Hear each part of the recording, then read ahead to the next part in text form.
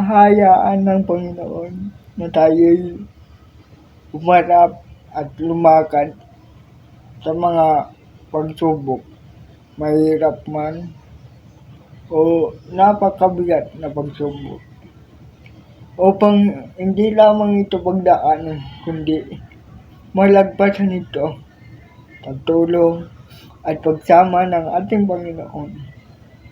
Minsan tinatanong natin ang Lord o ang ating buhay kung bakit nararanasan natin ito.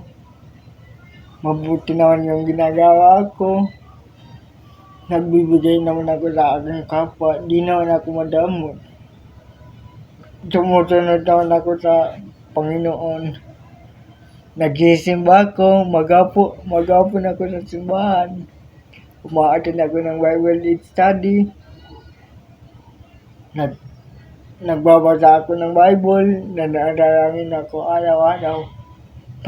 Bakit nararanasan ko ito, itong mga pagsubok na ito? Kapatid, hindi ka nag-iisa, kapatid. Kasama mo ang Diyos sa lahat ng yan. Minsan, kailangan ng Lord na i-allow lahat ng yan para matuto tayo, turuan tayo, tulungan tayo. Minsan, papadalan tayo ng Lord ng matinding problema para malaman natin, para matutunan natin ang tamang solusyon. Papadalan tayo ng Panginoon, papadalan tayo ng Diyos.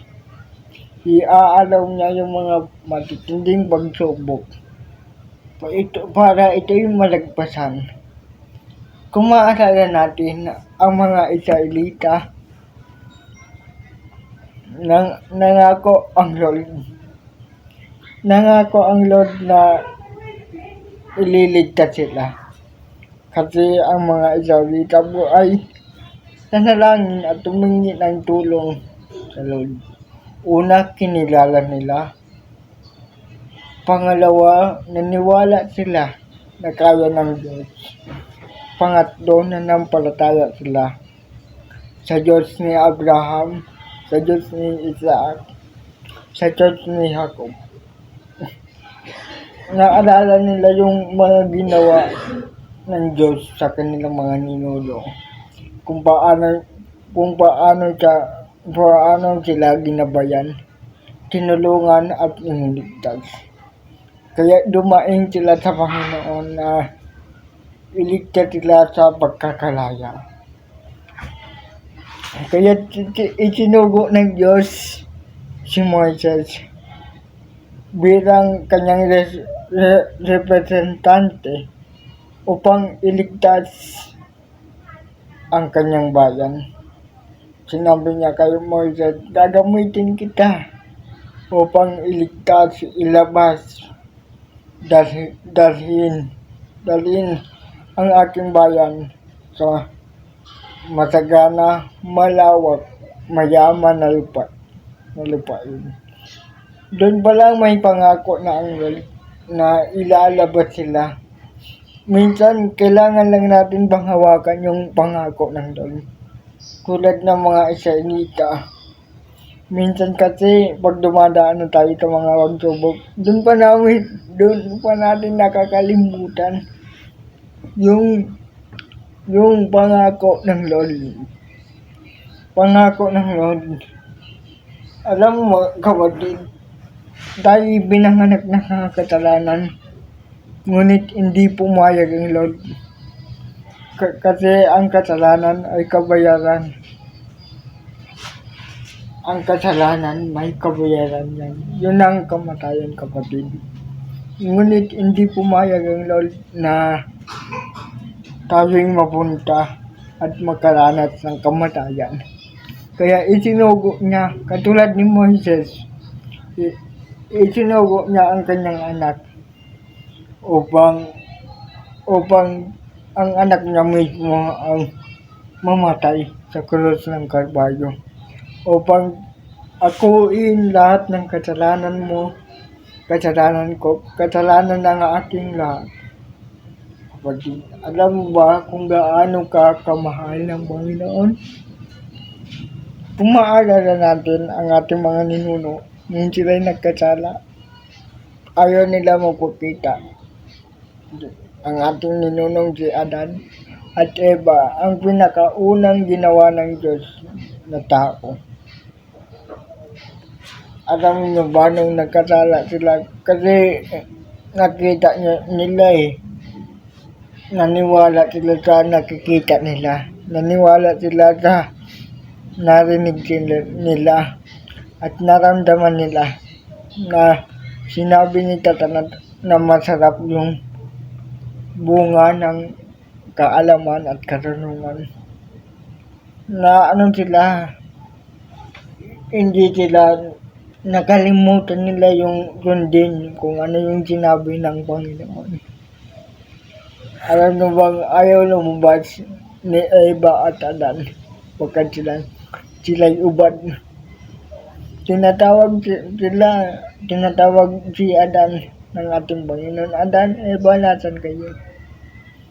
Alam niyo ba ang sabi nila? Hindi po kami lumalabas pagkat kami po'y ubad. Asin din yung pagmamahal ng ating Panginoon. Gumawa ang Lord ng balat ng hayop at tinakpan sila. Biruin mo, kahit na nagkasala ang ating mga ninuno, gumawa pa rin siya ng paraan upang takpan ang katawan, kaya nahihiya yung dalawa na lumabas. Ganun ang pagmamahal ng Lord. Noon yun, nung una, yun ang ginawa ng ating Panginoon. Mas matindi yung ginawa niya ngayon. Namatay siya mismo sa krus ng Kalbaryo upang iligtas ka, upang palayain ka, upang mahalin ka sa kabila ng iyong pagkakasala. Ang kasalanan dapat mong pagbayaran, pero pinagbayaran ito ng ating Panginoong Diyos. Kaya kapatid, minsan napakahirap ang sitwasyon, pero isa lang ang tatandaan natin, kapatid, kasama natin ang Panginoon sa bawat laban, sa bawat kakaharapan natin. Minsan makakapag-encounter ka, makakasalamuha ka ng mga maling tao upang makita mo ang tamang tao. Minsan makakaranas ka ng mga matitinding pagsubok upang turuan ka, tulungan ka, samahan ka ng ating Panginoon upang mapagtagumpayan ito, upang malagpasan ito. Isa sa natutunan ko nga ang mga pinagdadaanan natin, wag natin daanan lang, kundi lagpasan natin. Kasi tulad nga sinabi sa verse John 16:33,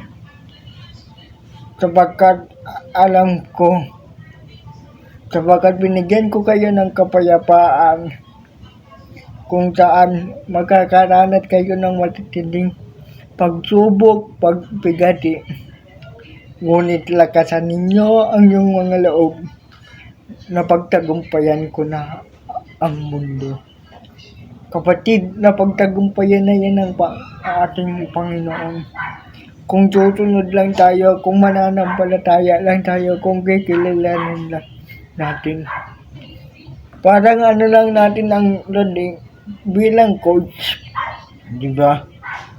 Siyempre, kung ikaw ay sasali sa isang laro, isang paligsahan, halimbawa running, siyempre aalamin mo yung technique kung bakit may nagtagumpay doon.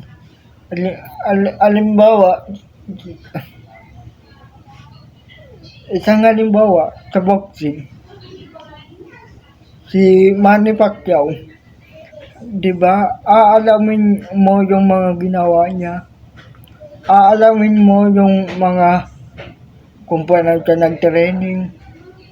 Aalamin mo kung paano siya gumaling sa pagbo-boxing. Yun ang tutularan mo, kapatid. Kasi nasisulat sa kanyang salita, sinabi ng ating Panginoon, maging holy ka, pagkat ang ating Panginoon ay holy. To intimate Christ, kapatid. Kaya sumunod ka lang, gayahin mo ang ginawa ng ating Panginoon. Hindi yung pagpapako sa krus, kundi taglayin mo yung pagmamahal. Gawin mo ang lahat na may pagmamahal. Kasi kaya na-overcome ng ating Panginoon itong mundo sa pamamagitan ng pagmamahal niya sa atin. Yun lang, kapatid, sana'y napagpala ka ng video ito. God bless you, kapatid.